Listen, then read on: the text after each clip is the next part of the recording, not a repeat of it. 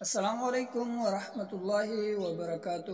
حضرت موسیٰ علیہ السلام نے ایک بار اللہ جل جلالہ کے دربار میں عرض کیا کہ اے اللہ، مجھے کوئی ایسا وظیفہ بتا دے جس پر میں آپ کو یاد کروں۔ تو اللہ جل جلالہ کی طرف سے ارشاد ہوا کہ اے موسیٰ، لا الہ الا اللہ پڑھ۔ حضرت موسیٰ علیہ السلام نے عرض کیا، اے پروردگار، مجھے کوئی خاص وظیفہ بتا دے۔ تو اللہ جل جلالہ کی طرف سے دوبارہ ارشاد ہوا کہ اے موسیٰ، لا الہ الا اللہ پڑھ۔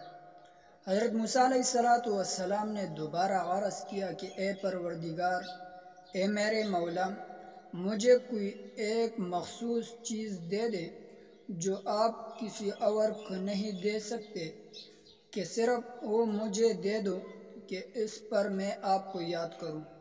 تو اللہ جل جلالہ نے ارشاد فرمایا، اے موسیٰ، لا الہ الا اللہ پڑھ۔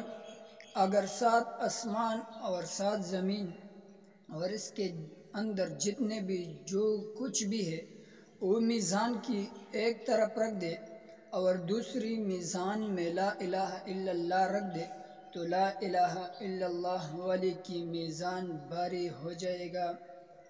اس حدیث کے فائدے میں حضرت شیخ سے فرماتے ہیں کہ اللہ تعالیٰ کی عادت شریف یہ ہے کہ جو چیز جتنا ضرورت کے ہو اتنا ہی وہ عام کر دیتا ہے۔ مثلا اگر ہم اس دنیا میں دیکھیں تو ہوا اور پانی یہ بہت عام سی ضرورت ہے، تو اللہ رب العزت نے یہ دونوں چیزیں یعنی ہوا اور پانی ان دونوں کو بہت زیادہ مہیا کیا ہے۔ اسی طرح اللہ رب العزت نے لا الہ الا اللہ یہ سب مسلمانوں کے لیے بھی بہت ضرورت ہے، تو اس لیے اللہ تعالیٰ نے لا الہ الا اللہ کو بھی عام کر دیا ہے کہ سب مسلمان لا الہ الا اللہ کا ذکر کثرت سے کریں۔